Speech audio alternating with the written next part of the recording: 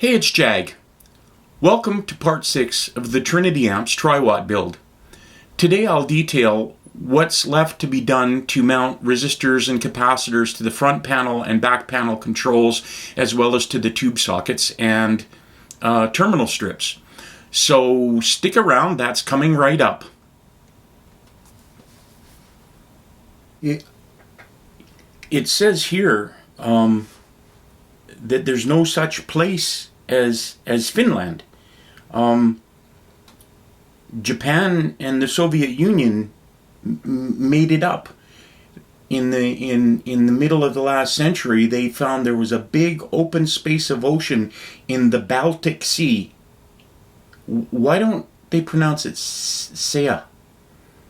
Anyway, Japan and the Soviet Union discovered a large open space of the Baltic Sea between the Soviet Union and Sweden, and the fishing was really good there, and they wanted to keep it to themselves. So they made up this country called Finland. Get it? The fishing was really good, so Finland. And they said that there was a big country there, so people wouldn't go fish there, and they kept it between themselves. And the Soviet Union let the Japanese fleet fish there as long as they got a share of the fish. And then the Soviet Union would ship the fish to Japan. That's what they invented the railway for here. It says that they would disguise the fish as Nokia cell phones. That's pretty amazing, I think. Hey, do you know how marshmallows were invented? I wonder how marshmallows were invented.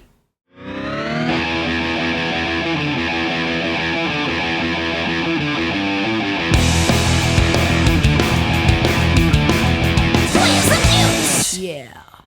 Today's video will be all screen capture. I won't be doing any shots of the chassis or soldering or work that I'm doing on the chassis. I started with the layout and detailing what needed to be done on the front panel controls, back panel controls, tube sockets, terminal strips, etc. And I found that I went through that on the screen capture, detailing everything that needed to be done to a pretty thorough degree. And the footage, I took a review of what I'd shot already, and I've already got close to half an hour of footage. To add in shots of me soldering and working on the chassis could potentially make this video 45 or 50 minutes, maybe even longer. I like to try and keep these videos to 15 to 25 minutes, somewhere in there. I think longer than that might be a little bit too much. I've done a pretty good job, I think, of detailing soldering components to the turret board, installing components on the front and back panel, etc. I think doing more of that right now would just really be redundant. You know, oh, here's another shot of me soldering to a terminal.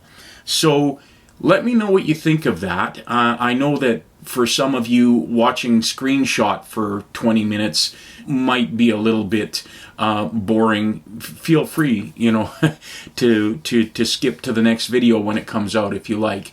We're in basically the final home stretch of this build. I may over the next week or two actually install the turret board, solder everything up, basically get the whole amp assembled and ready for testing.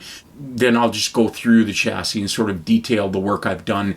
There will still be the testing to ensure that everything is wired in correct, all the voltages are right, the fire up test, all of that. That will be in a video after the next one.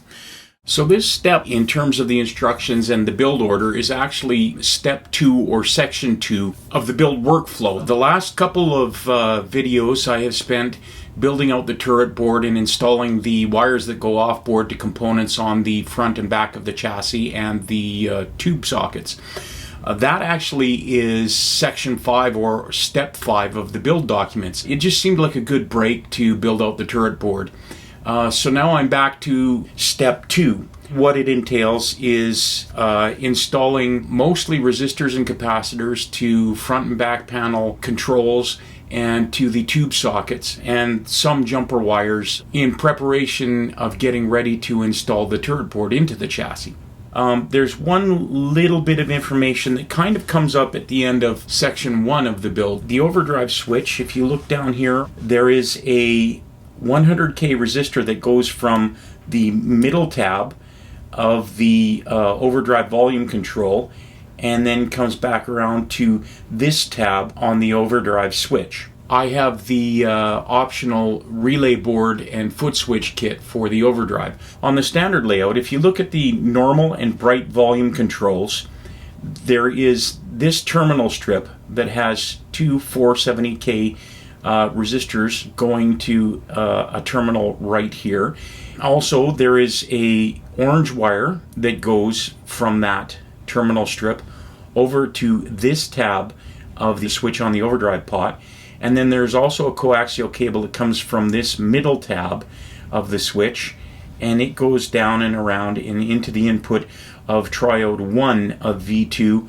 Because I have the relay board, the wiring for the overdrive switch is quite a bit different. I'm just going to detail what the differences are here. So this is the standard layout, and as you see, we have a ground wire going from tab 3 of the overdrive pot to tab 3 of the bright volume pot, then comes up around over here, goes to tab 3 of the normal volume pot, which then connects to the bus ground. So in other words, these tabs are all grounded. On the standard overdrive wiring, we have this coax that is grounded as well to tab 3 of the volume pot, and the hot wire of the coax comes from the middle tab of this switch and goes down here into the input of this side of V2. We have this orange wire that comes from this tab of the switch, and then this goes off from the mixing resistors into this triode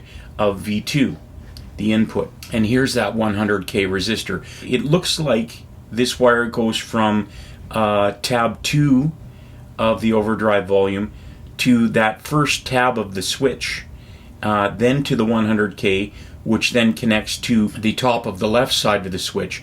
That's actually not how the wiring is. The 100K is wired to tab 2. There is not actually a connection on this tab of the overdrive switch. Nothing in the standard layout connects to the right side of the overdrive switch. The 100K connects directly to tab 2, and then the other side of that connects to the top tab of the left side of the switch. So that's the standard wiring if you do not have the relay board.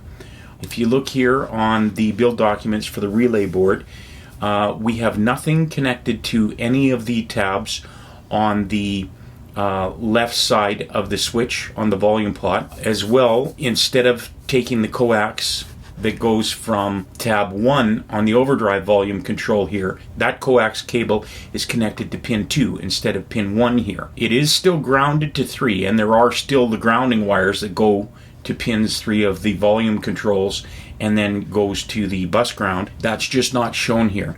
These two wires going now from the right side of the switch from this tab into the jack for the foot switch.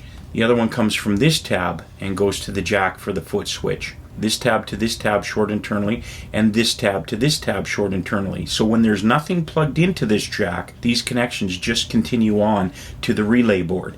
When you install a jack in there, it opens those, and the foot switch takes control of whether these wires pass through or not. That is essentially where the switching happens, bringing the overdrive in and out of this circuit. There's a little bit more complexity to it involved here on the relay board. I'm not really going to go into that right now. Suffice to say that when I do wire, I'll be wiring a coax from tab 2 of the overdrive volume control, and it will go to this connection on the relay board, and I will be wiring these two wires to the switch jack, and then from the switch jack I'll be going to the relay board. You can see also there is a ground wire that goes from here around to this lug, and then there are two wires that go to the grids of the two triodes of V2. The 100K resistor in the standard layout goes from this tab on the volume pot to this switch on here is moved over to the relay board and is soldered in here. That's the difference that there is in the layout when you have the relay board and the switch kit. So now to continue on with mounting components on the chassis, controls, sockets, etc. The first thing that comes up is to wire the 6.3 volt AC heater wires from the power transformer to the pilot lamp socket. You can see in this picture here, you see the twisted pair of green wires, and they are connecting to either side of the lamp socket. In addition, there is also the center tap for the heater filament winding. That's the yellow and green wire. It comes down here and connects to this ground lug here. The high voltage center tap, the red and yellow wire from the power transformer as well. The heater wires, you use a twisted pair of black and red wires. Those wires connect to the pilot lamp socket and then go on to the power tubes. They go to pin 2 and pin 7 of one output tube, then from there over to pin 2 and pin 7 respectively of the second power tube. From there the wires go in a daisy chain to each preamp tube on pins 4 and 5 and pins 9. Pins 4 and 5 are soldered together and function as a single connection for the heater wires, and pin 9 functions as the other connection for the heater wires. The phasing or the polarity of these wires is important, and you need to maintain this to ensure that you don't have additional hum induced into the circuit. It doesn't really matter which wire you start with as long as you follow the same color scheme.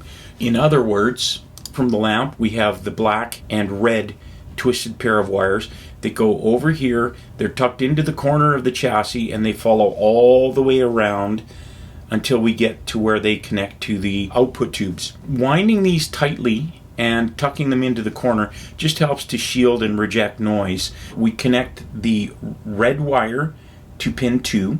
We connect the black wire to pin 7. Then we run red wire from pin 2 of this output tube to pin 2 of this output tube, and a black wire from pin 7 of this output tube to pin 7 of this output tube.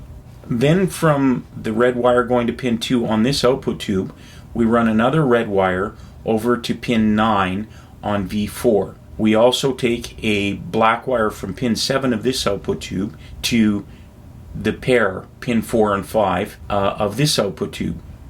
From there we take a red to pin 9 on this tube, and a black from pin 4-5 to a black to pin 4-5 on this tube, and so on. Red from pin 9 to red from pin 9, and another red from pin 9 to red from pin 9, and black from 4-5 here to black 4-5 here, and black 4-5 there. So noting that we are always keeping the same color to the same pin or set of pins. Once the heater wiring is done, we'll start installing parts from terminal strips on the chassis to the front panel potentiometers or the tube sockets near the back. The first thing we will be wiring is what are called the mixing resistors from the normal and brilliant volume. Those are called mixing resistors because they serve to isolate these two controls from each other, and then they have a common connection here that goes off to the second preamp stage. If you look here, the normal signal comes in, it goes through this coax and comes down, goes through this 68K grid resistor into pin 7 of this side of V1. The signal from the bright jack comes through this coax cable, comes down here, and goes through a 68K resistor into the grid or pin 2 of the first side of V1. From there, the outputs come out the plates. Here's one wire coming from this plate. It goes and it connects here and then goes through this capacitor, which is known as a coupling capacitor, and the signal follows out and goes up to the bright volume control. Likewise, the normal signal comes in here, goes through this tube, comes out from this plate, goes up here and goes through this coupling capacitor and comes up to the normal volume.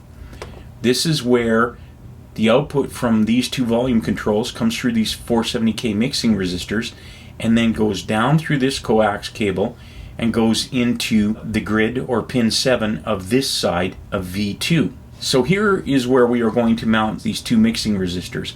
So we will be mounting from tab 2 of this volume control a 470K going to this terminal strip. We also will be taking a 470K from this tab of the bright volume control and going to the same connection on the terminal strip. As I said, because I have the overdrive relay board and foot switch, I do not need to put this wire in. The next thing we're going to do is do the wiring of the components that go on the presence control and the master volume control. We have a 100 ohm resistor going from tab 3 of the master volume control and goes to the middle tab of the presence control. We also have a 3.3K resistor that goes from tab 1 of the presence control to this right terminal of the terminal strip. We also have a white wire that will come from the turret board and connect here as well. We also have a coax connection that will go from pin 2 or tab 2 of the volume control, and it goes all the way down here and goes into the input of this triode of V3. Now on V3 we have to solder 3 components, one going to the input of triode 2 pin 7, and also 2 components. That's a 22 nanofarad capacitor and a 1 megohm resistor. That's these components here. So here's the 1 meg resistor going from pin 2 to pin 6. We have this 22 nanofarad going from pin 2 to pin 6. And we also have this 22K resistor coming from this tab of the terminal strip to pin 7 of the tube socket. We also have here on pin 2 and pin 6 a yellow wire that will come from the turret board into pin 2. On pin 6 we have an orange wire that will come from the turret board and go in to pin 6, V1. And we have 2 components to solder to pins 2 and pin 7, and those are both 68K resistors. One thing I will point out, in the builder's guide here, it shows you 2 terminal strips with those resistors connected. It's redundant to have these 2 strips, you only need 1. Here's that terminal strip, and here's the 68K resistor going to pin 7. And here's the 68K resistor coming from this terminal strip going to pin 2. In both cases, these are grid resistors. The longer you leave these, the more you can have various different types of interference. So we want these to be soldered as closely to these pins as we can get them. They're the only thing going to those pins, and then we will run the leads from the other side to the respective terminals that they're going to. We have input lines that will be coming from the jacks. Next we have a number of things to solder from the output tubes. We have a blue wire from pin 8 to this test point. We also can wire a corresponding blue wire from pin 8 of this output tube to this test point. From those test points we will wire a 1 ohm 2 watt resistor to the ground jack of the test points. There's a green wire that will go from this test point to tab 3 on the bias plot. Then from there a green wire goes out and goes all the way up here to the power ground. In addition, we have this terminal strip here. It will have a wire coming in from the turret board, these 2 connections, which are these 1K 5 watt resistors coming from pin 4 of each output tube. Also here we have 2 22K resistors going between pin 5 and pin 6 of this output tube, and another one going between pin 5 and pin 6 of this output tube. Once again, wires coming off the turret board to pin 6. And we will wire a green jumper from pin 1 on this output tube to pin 1 on this output tube, and then take a green wire from pin 1 of this output tube, and we will go to this grounding lug here. We're going to install a jumper wire on one of the can caps. Looking at the layout diagram, we have a wire that will come off the turret board going to here. Then we have a wire that will go from this tab to this tab of the bias supply. We also have this 220K 2 watt resistor going from the ground connection on this cap can. The other side goes to this hot terminal of the can cap. We will wire that in. We also will wire this jumper wire, which goes from the power switch and comes around and into this terminal. So we've got 4 things that we would be wiring to this tab. We also have ground jumpers, one that will go from this tab to this tab of this cap can. So these are the negative sides of those cans. From here we will run a green wire and ground it to this lug here. Up on this can cap we're going to solder another 220k 2-watt resistor in here from ground to the hot side. Down the road we will have a wire coming off the turret board to here. We also have a 1k 5-watt resistor that is wired from this tab to this tab of the can cap. We have a wire coming off the turret board to here as well. This 1 mega ohm resistor on V4. We do have off-board wires that will be coming in here. We also have a blue jumper wire that will go from pin 2 of this tube socket. It actually comes from pin 3 of this tube socket on V3. So we'll wire that jumper wire into here, 1 mega ohm resistor between pin 2 and pin 7. There are 2 wires that are going to come in there ultimately off the turret board. So that's it for the tube socket side of things. We've covered all of that. We've also covered the can cap. Up here on the chassis we still have a couple of things to wire, so we'll look at that.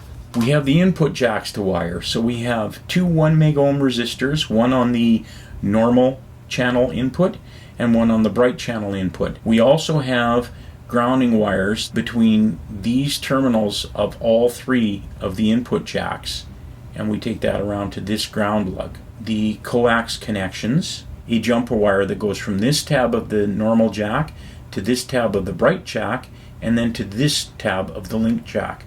We also have this jumper wire going from this tab to this tab of the link jack. We have one last thing to do on controls here, and that's on the middle and treble tone controls. We have a 22k ohm resistor that goes from the middle tab of the middle control to tab 3 of the treble control.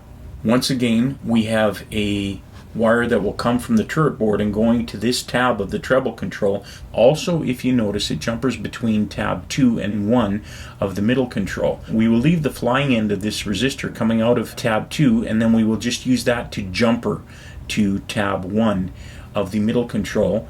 We also can install this 1 nanofarad from tab 1 to tab 3 of the control, and we have a jumper wire that goes from tab 3 here over to tab 1 of the base control, which also then will jumper to tab 2 of the base control, and does have a wire that will connect from the turret board. We're just going to look. There's a few other things we can put in here today. We have a jumper wire that goes from tab 3 of the master volume control.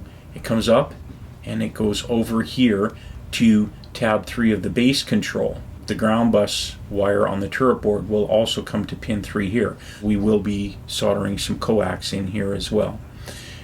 We also have a jumper wire that goes from tab 1 of the master volume control, comes up over here and goes to tab 2 of the treble control. Over here, ground jumper wire from tab 3 of the overdrive control, which jumpers to tab 3 of the bright volume control, which then jumpers to tab 3 of the normal volume controls. There will be a grounding wire going to the ground bus on the turret board. This black wire going from this tab of the power switch, and it goes up and around here and connects to the fuse holder. There's also a jumper wire that connects from the IEC socket from here to this end of the fuse holder. We also will solder in this ground wire, the mains ground, from the IEC socket to the mains chassis ground. And I almost forgot, I can wire this red wire from the tip of the speaker jacks. There's a jumper that goes here to this to the tip of this jack, and then that goes to a connection on the impedance switch. So I'll install this jumper wire. I can also install this jumper, the common jumper wire, which ultimately will have a wire coming in from the output transformer as well. We will be finishing the wiring on the overdrive when we get to doing the relay board. The other connections here come from the turret board. So we're on to transformer lead dress now. Well, that's the detail on what I'm planning on doing on the amp next.